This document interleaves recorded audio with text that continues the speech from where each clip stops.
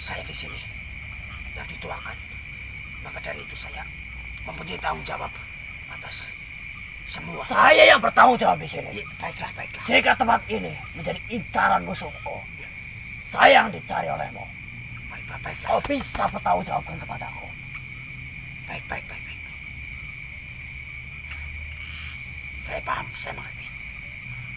Sekali lagi saya minta maaf.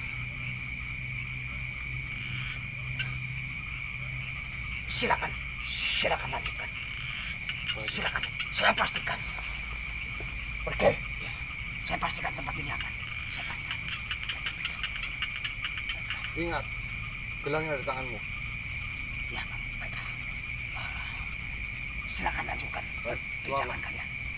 Keluarlah. Mohon maaf.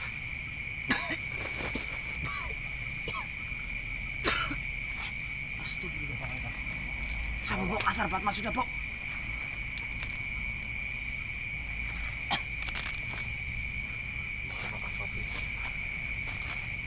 Kenapa Pati melarang saya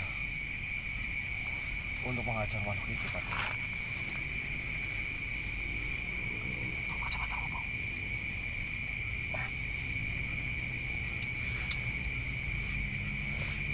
Jika kau selalu menentukan atau memilih untuk mengajar makhluk semacam itu, maka sama saja kau akan mengajar seluruh makhluk di dunia ini. Karena sejatinya semua makhluk di dunia ini memiliki sifat yang seperti itu. Hanya saja, sanggupkah kita masing-masing dari kita untuk menahannya keluar dari mulut kita? Jika setiap kesalahan harus dihakimi, saya pikir seluruh makhluk di bumi ini akan mendapatkan penghakiman semua. Akan tetapi, seadil-adilnya kita itu tidak akan pernah bisa menyaingi keadilan dari Tuhan. Saya sendiri takut jika saya mengadili seseorang atau sesosok makhluk. Saya takut pengadilan saya yang tidak adil ini dipertanggungjawabkan di depan Allah Subhanahu wa Ta'ala. Yang Pati sebelumnya mohon maaf. Apakah yang Pati ini tidak ingin menyembuhkan luka yang Pati dengan ponidin yang Pati? Itu sudah pernah dilakukan dan tetap gagal. Lantas bagaimana, Pati? Tunggu saya menenangkan diri terlebih dahulu. Saya masih terima jika raga saya, bentuk saya, cara berpikir saya, cara berpakaian saya yang dihina, saya akan terima itu. Tapi jujur, hati ini tersayat ketika mendengar orang tuaku diinjak-injak dengan mulut kotornya itu. Tadi ada yang ngomong kayak gitu, Pak. Ada, Pak Masya. Wah, sikat aja.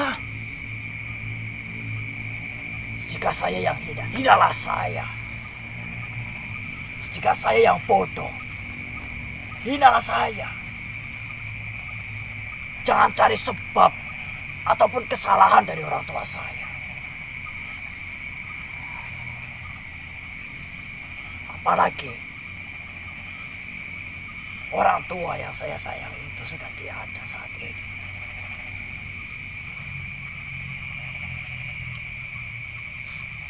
Apa salah mereka sampai mereka harus dihina?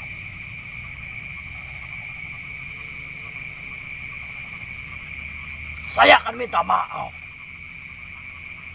atas semua kesalahan saya. Mungkin saya kurang sopan di tempat ini. Baiklah saya akui, maka dari itu saya minta maaf. Sekalipun sejatinya saya memperjuangkan mereka semua. Memperjuangkan makhluk-makhluk yang sejatinya bisa saja terkena imbas dari kondom mayat. Akan tetapi, sebaik-baiknya saya, setinggi-tingginya derajat mempertahankan kedudukan saya. Yang namanya salah, tetaplah salah. Bukan berarti makhluk yang baik, makhluk yang benar itu terhindar dari salah. Tapi kan di sini yang Pati kan sedang merundingkan demi untuk menjalankan kebaikan. Walaupun demikian salah tetaplah salah. Wajib hukumnya untuk saya minta maaf terhadapnya. Iya Yang Pati. Terima kasih atas pembelajaran Yang Pati lakukan barusan. Karena saya sendiri masih kurang bersabar Yang Pati. Apalagi ada makhluk yang tiba-tiba datang dan muncul lalu membentak. Saya seketika itu langsung emosi, apalagi di hadapan Pati. Untung saja Yang Pati mengingatkan saya. Benar, Bu. Saya sendiri pun berkata bijak seperti ini. Tidak selamanya kata-kata yang saya ucapkan sudah bisa saya lakukan. Kita hanya bisa saling mengingatkan. Dan ingat, saya ijazahkan sebuah ilmu kepadamu.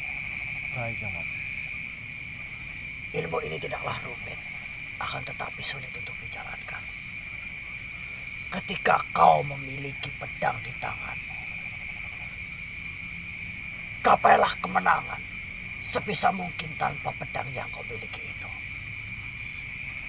Jika kau memiliki kekuatan yang besar, gapailah kemenangan tanpa harus melukai dengan kekuatan besar itu.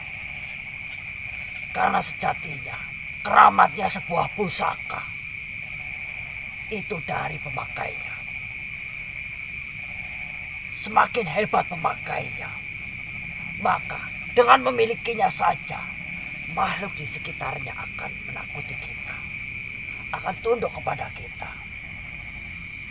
Dengan mengacuhkan saja mereka sudah kalah. Itu bisa dilakukan, bisa dipelajari dari pemiliknya, bukan dari senjatanya. Sekalipun kau memegang pusaka terkuat di dunia, jika kau belum bisa mengendalikan dirimu sendiri, maka kemenangan akan jauh dari dirimu.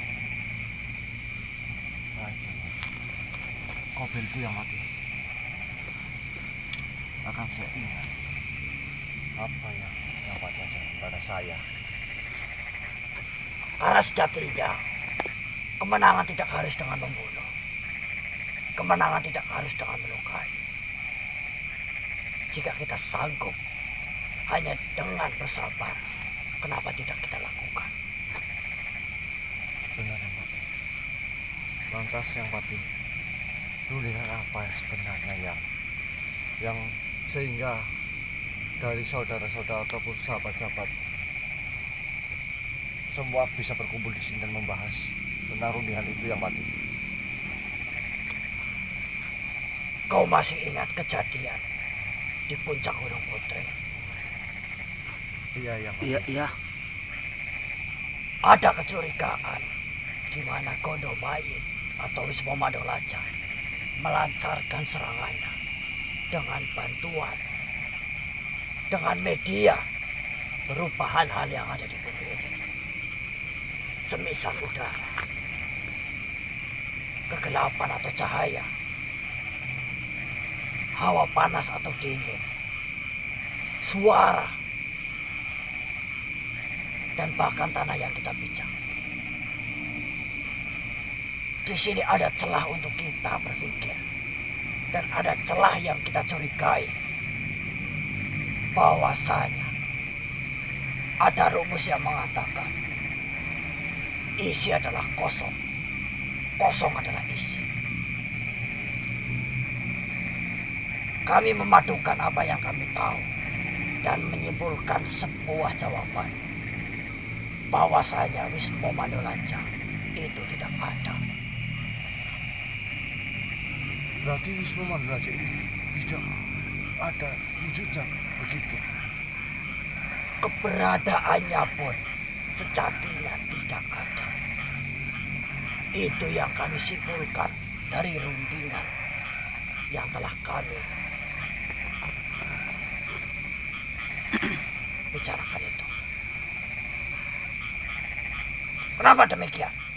Karena ada hal-hal yang kita anggap mencurigakan, dan itu berkaitan satu sama lain. Salah satunya adalah 3 simbol yang sejatinya Wisnu Mandolaca itu kumpulkan, yang membentuk sebuah segitiga, dan di tengahnya ada sebuah lingkaran. Di situ ada pertanda pisah.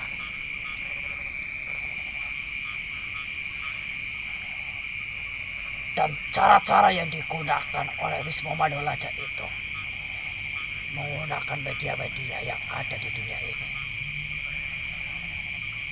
Itu kami berpikir bahwasanya yang kita hadapi saat ini hanyalah senjata saja. Apakah kau mengerti maksudku?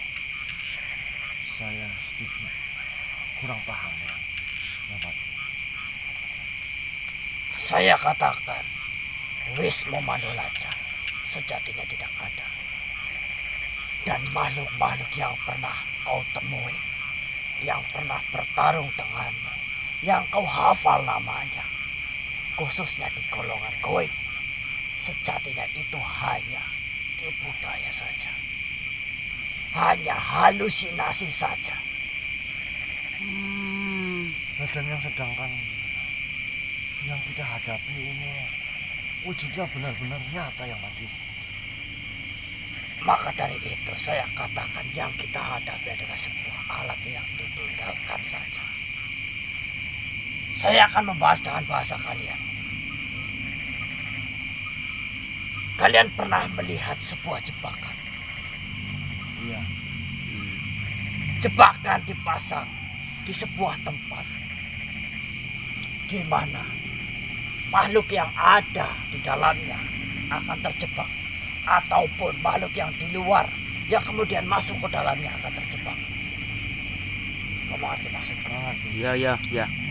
3 simbol itu adalah jebakan.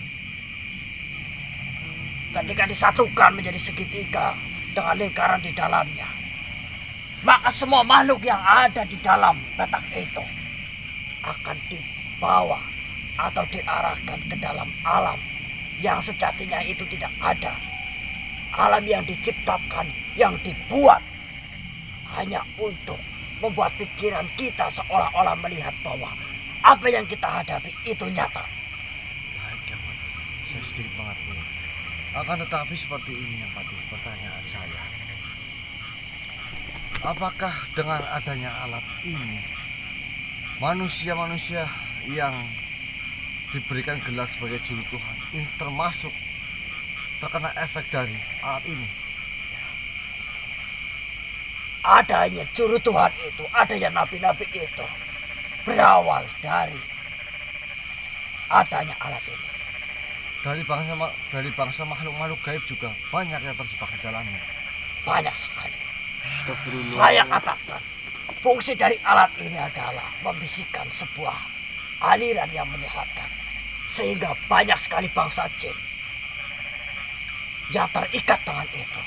Apalagi bangsa jin yang sejatinya ingin membuat kekacauan di dunia, maka akan semakin terikat dengan itu dan semakin kuat dengan itu.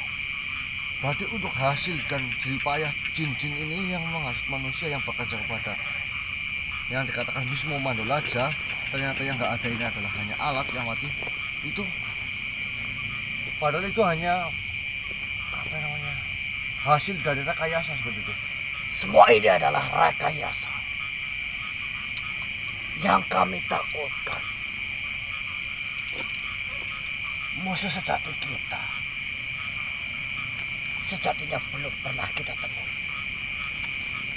dan keberadaannya tidak kita ketahui. Akan tetapi musuh sejati kita sudah menaruh simbol ini di jarak yang luas, sehingga banyak makhluk yang terpedaya oleh itu.